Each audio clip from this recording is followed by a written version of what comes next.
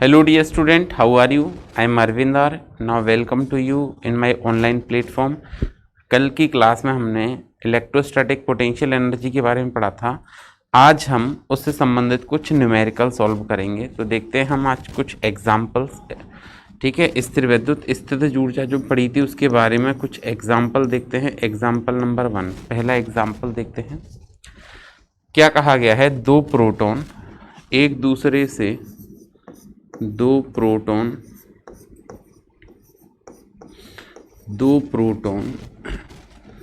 एक दूसरे से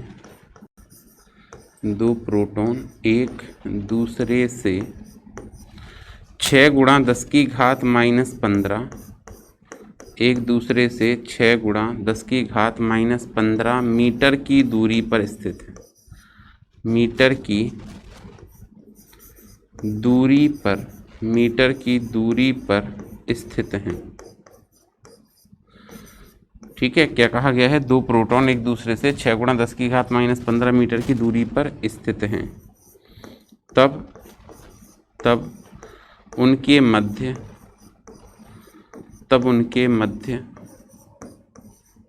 स्थिर विद्युत स्थितिज ऊर्जा क्या होगी? उनके मध्य स्थिर विद्युत स्थितिज ऊर्जा क्या होगी? उनके मध्य स्थिर विद्युत स्थितिज ऊर्जा क्या होगी? ठीक है, ये आपसे पूछा गया है। क्या कहा है? दो प्रोटॉन एक दूसरे से 6 गुणा 10 की घात -15 मीटर की दूरी पर स्थित हैं, तो उनके मध्य स्थितिज ऊर्जा क्या होगी? और ध्यान रखें, स्थितिज ऊर्जा जो ज्ञात करनी है आपको वो मेगा इलेक्ट्रॉन वोल्ट में काउंट करनी है। ऐसा क्वेश्चन में कहा गया है। किस में काउंट करनी है? मेगा इलेक्ट्रॉन वोल्ट में। मैंने आपको बताया था, आपको नोट्स है ना, जहाँ से मैंने विद्युत क्षेत्र या विभव प्रवणता के बारे में पढ़ाया था, वहाँ से आपको नोट्स लेक्चर देख के ही बनाते जाना है कॉपी में, और जहाँ तक मैं कहूँ वहाँ तक बनाते जाना है। ठीक है। तो देखिए, सबसे पहले दो प्रोटॉन है, तो आवेश दोनों के Q1। प्रोटॉन का आवेश कितना होता है? 1.6 10 की घात -19 कूलम। दूसरे प्रोटॉन का आवेश भी क्या होता है? 1.6 × 10 की घात -19 कूलम। ये दो प्रोटॉन हैं, एक दूसरे से कितनी दूरी पर हैं? तो एक दूसरे से हैं 6 गुणा 10 की घात -15 मीटर की दूरी पर स्थित हैं। आपको क्या करना है? इनकी स्थिर विद्युत स्थितिज ऊर्जा ज्ञात करनी है। तो इसके लिए फॉर्मूला आप बनाओगे तो ये बनेगा U = 1/4πε0 Q1 Q2/R।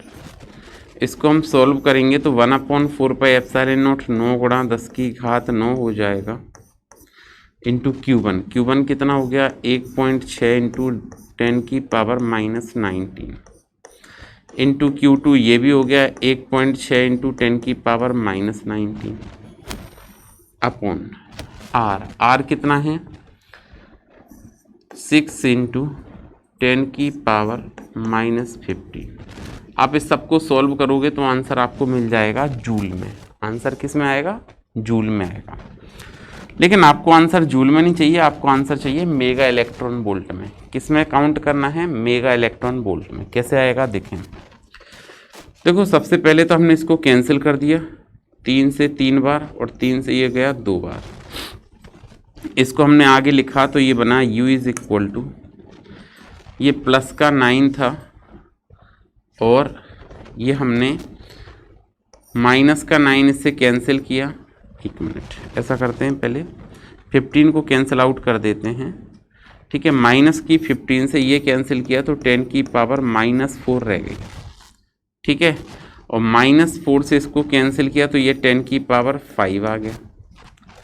ठीक है, अब देखो क्या बचा आपके पास? U = 3 × 10 की पावर 5 × 1.6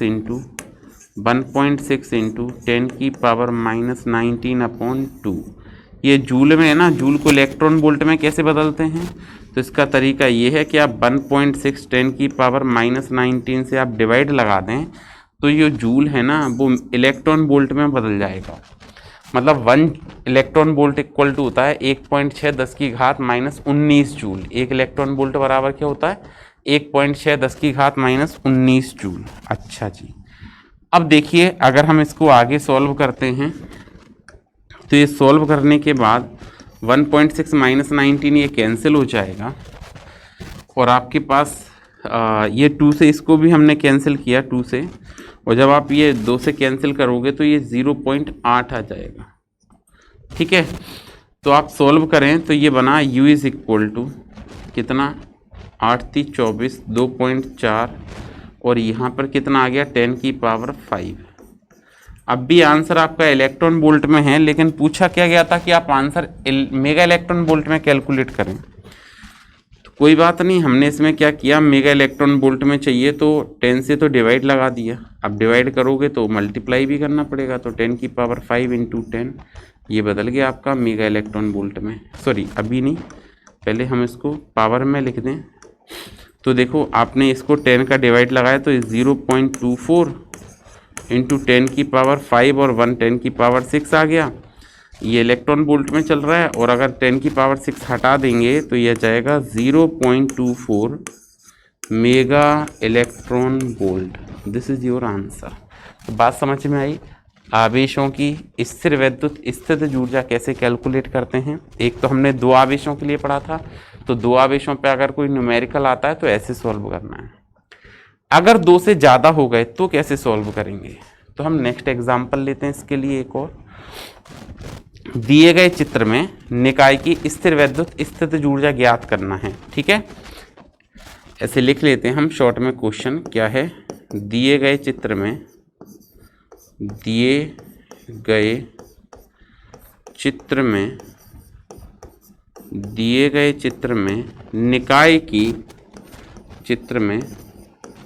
निकाय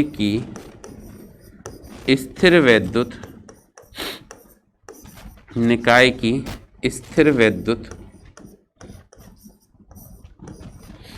स्थितिज ऊर्जा, दिए गए चित्र में निकाय की स्थिर वैद्युत स्थितिज ऊर्जा क्या होगी। ठीक है, ऐसा कहा गया है, दिए गए चित्र में निकाय की स्थिर वैद्युत स्थितिज ऊर्जा क्या होगी, ये पूछा गया है आपसे। चित्र दे रहे हैं, देखिए ये आपको चित्र दिया गया है, इस निकाय की आपको स्थिर वैद्युत स्थितिज ऊर्जा बतानी है। ये आपको एक चित्र दिया गया है, इस चित्र में निकाय की क्या करना है, स्थिर वैद्युत स्थितिज ऊर्जा ज्ञात करके बतानी है। अब आप देखिए इस निकाय की स्थिर वैद्युत स्थितिज ऊर्जा ज्ञात करनी है, तो हमने यहाँ पे निकाय में 3 आवेश रखे इसके कॉर्नर पे, -4q +q और 2q। ये रखा है +2q -4q और यहाँ पे +q। ठीक है, ये आपने एक निकाय बनाया, एक ट्रायंगल बनाया, इसमें एक निकाय है, पहला ये आवेश लाए मान लो, फिर दूसरा ये लाए, फिर तीसरा ये लाए, इस तरह से। तो अब आवेशों के निकाय की आपको स्थितिज ऊर्जा ज्ञात करनी है। आपको दूरी में देता हूँ, इसकी प्रत्येक भुजा की लंबाई ए है। ठीक है, ये आपको कैलकुलेट करना है। तो देखो इसके लिए कल हमने इसको सॉल्व किया था और फॉर्मूला निकाला था। कैसे, अब देखो इस तरह के क्वेश्चन कैसे सॉल्व करते हैं, मैं तरीका बता रहा हूँ, क्योंकि वो तो बेसिक डेरिवेशन था। तो सबसे पहले इस तरह के क्वेश्चनों को सॉल्व करने के लिए हम युग्म बनाते हैं, नंबर ऑफ पेयर बनाते हैं। आप ये फॉर्मूला कहीं साइड में लिख लें, क्या कहूँगा मैं, नंबर ऑफ पेयर्स कैसे बनते हैं, युग्मों की संख्या, हिंदी में कहें तो युग्मों की संख्या, कितने युग्म बनेंगे उनकी संख्या हमको ज्ञात करनी है, number of pairs find out करना है, या युग्मों की संख्या ज्ञात करनी है। तो युग्मों की संख्या आती है n-1/2, ये युग्मों की संख्या होती है। ऐसे हम सॉल्व करते हैं। अब आप कहेंगे कैसे, मान लो कि n क्या है, यहाँ पे आवेशों की संख्या, आवेश की मात्रा, कितने आवेश हैं, देखो 1 2 3, n है आवेश की मात्रा या आवेशों की संख्या। ठीक है, दूसरी तरह आप ऐसे भी कह सकते हैं कि n भुजा की लंबाइयां ले सकते हैं, भुजाएं ले सकते हैं कि कितनी भुजाएं हैं, ऐसे भी समझ सकते हैं।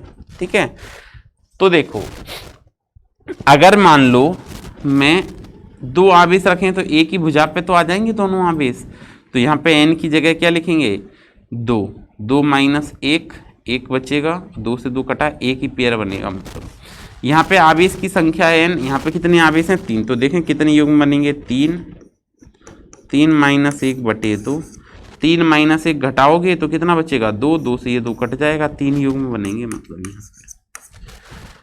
ठीक है, मान लो ये त्रिभुज की जगह क्या होता, वर्ग होता, त्रिभुज की जगह क्या होता, वर्ग, तो वर्ग में भुजाओं की संख्या कितनी होती है, आवेश कितने रख पाओगे वर्ग में, ये वर्ग बन गया एक, तो वर्ग पर आवेश कितने, क्यू क्यू क्यू क्यू, चार आवेश रख पाएंगे। तो हम आपके कहेंगे n चार, चार माइनस एक बटे दो, इसको सॉल्व किया, दो दूनी चार, दो बार कट गया तो दो, चार माइनस एक तीन, मतलब छह युग्म बनेंगे। बिल्कुल सही है, देखो पहला इन दोनों में, दूसरा इन दोनों में, तीसरा इन दोनों में, चौथा इन दोनों में। अब छः बनाने ना, तो एक तो ये विकर्ण हो गया पाँच और एक ये विकर्ण हो गया छः, ऐसे बनाते हैं टोटल। क्या बात क्लियर है? अच्छा, तो सॉल्व करते हैं ये क्वेश्चन। ये नंबर ऑफ पेयर्स का ये वाला फॉर्मूला जो मैंने यहाँ पे लिखा है ये जरूर लिख ले, काम आएगा ये वाला फॉर्मूला। ठीक है, नोट कर लिया, हटा देता हूँ। ओके, अब हमको यहाँ पे पूछा था कि स्थिर वैद्युत स्थितिज ऊर्जा ज्ञात करनी है इस निकाय की। तो देखिए निकाय की स्थिर वैद्युत स्थितिज ऊर्जा जब ज्ञात करोगे तो एक तो इन दोनों में बनेगा पेयर, आप चाहो तो ऐसे नाम दे दो, ए, ये बी, और इस बिंदु को हमने कह दिया सी, ये हो गया। ठीक है, तो देखें निकाय की कुल स्थिर वैद्युत स्थितिज ऊर्जा, निकाय की कुल स्थिर वैद्युत स्थितिज ऊर्जा, निकाय की कुल स्थिर वैद्युत स्थितिज ऊर्जा, निकाय की कुल स्थिर वैद्युत स्थितिज ऊर्जा। तो इस निकाय की कुल स्थिर वैद्युत स्थितिज ऊर्जा क्या आएगी, तो मैं कहूँगा U बराबर, कौन कौन से पेयर बन रहा है, एक A और B में बनेगा तो AB प्लस, ठीक है, एक AB में बना, एक B और C में बनेगा तो प्लस UBC प्लस, एक C और A में बनेगा तो प्लस UCA, इन तीनों में बन जाएगा।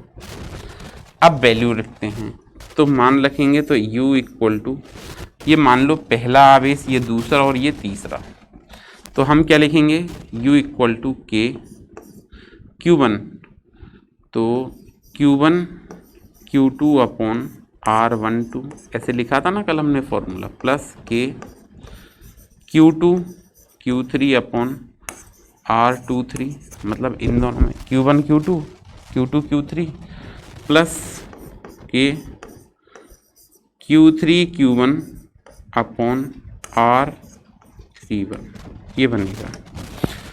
अब देखिए इसको अगर हम सॉल्व करते हैं तो क्या बनाइए, finally U is equal to K Q1 की जगह Q लिखेंगे, Q2 की जगह 2Q लिखेंगे, अपॉन R12 की जगह A, ठीक है, प्लस K Q2 को क्या लिखेंगे हम, 2Q